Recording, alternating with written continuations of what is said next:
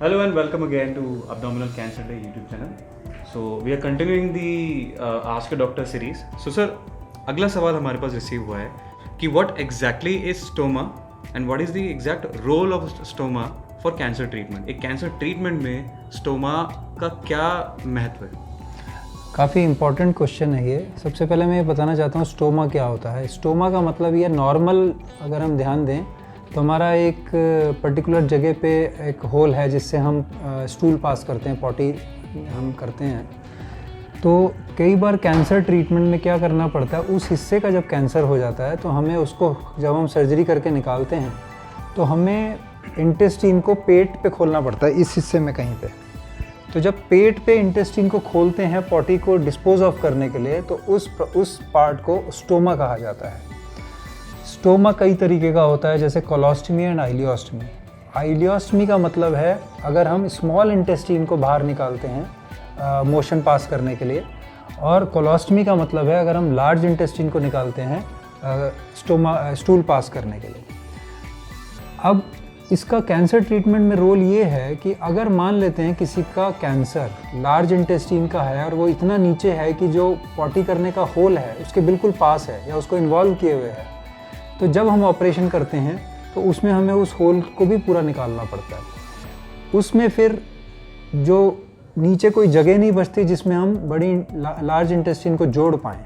तो इस केस में हमें कैंसर हटाने के बाद उस होल को परमानेंटली बंद करना पड़ता है और हम बची हुई लार्ज इंटेस्टाइन को पेट पे स्टोमा के रूप में खोल देते हैं, जिससे मरीज़ लाइफ लॉन्ग स्टूल पास करता है एक बैग के ज़रिए। इसको हम बोलते हैं परमानेंट कोलोस्टमी। परमानेंट माने वो लाइफ तक पूरी ज़िंदगी उसके साथ वैसे ही उसको स्टूल पास करना पड़ेगा। अब कई लोगों को ये लगता है कि अगर स्टोमा हो गया तो हम उसको मैनेज कैसे करेंगे, उसमें से स्मेल आएगी, उसको कैसे मैनेज होगा, लोगों को पता चल जाएगा।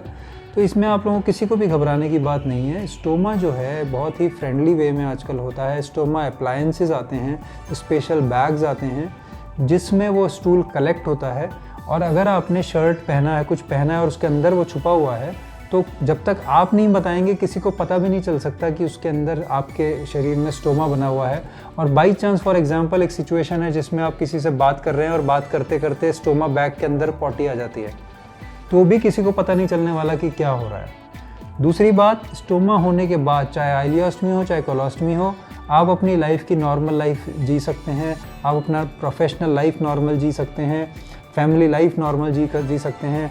हमारे पास ऐसे पेशेंट्स हैं जिनका किसी बीमारी की वजह से परमानेंट आइलियोस्टमी या कोलोस्टमी हुआ, उसके बाद उन्होंने शादी की, उनके बच्चे हुए, उनकी बिजनेस किया, मतलब you can think of any profession, any situation in life जो कि आसानी से की जा सकती है, उसका स्टोमा होने से कोई भी फ़र्क नहीं पड़ने वाला। हमारे पास किसान हैं जो हल चलाने वाली किसानी करते हैं, ट्रैक्टर वाली नहीं, और उनका स्टोमा बना हुआ है।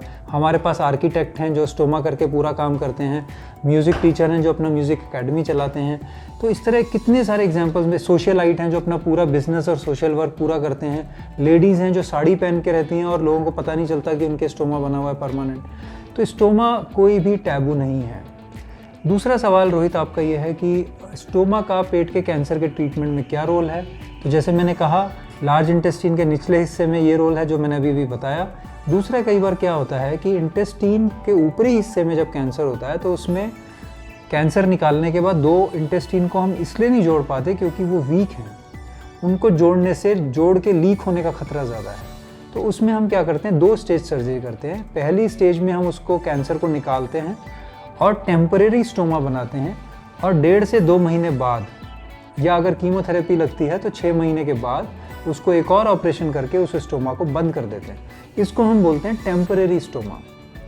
ये लाइफ लॉन्ग नहीं होता, ये 1.5 महीने से लेके 6 महीने तक किसी भी अवधि में बंद किया जा सकता है।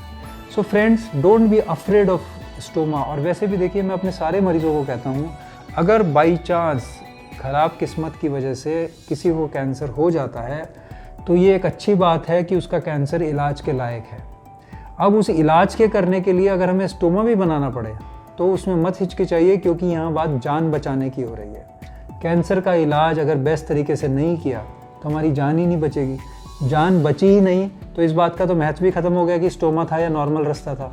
तो हमारे लिए आपकी और डॉक्टर की प्रायोरिटी, पेशेंट की और डॉक्टर की प्रायोरिटी ये होनी चाहिए कि पहले हमें जान बचानी है। जान बचाने के बाद अगर हम स्टोमा बचा सकते हैं तो डेफिनेटली वो भी बचेगा, लेकिन जान बचाने के लिए अगर स्टोमा का होना बहुत ज़रूरी है तो उसमें मत हिचकिचाइए, आपकी क्वालिटी ऑफ लाइफ पे कोई भी फ़र्क नहीं पड़ेगा। So that's again a very important thing to no.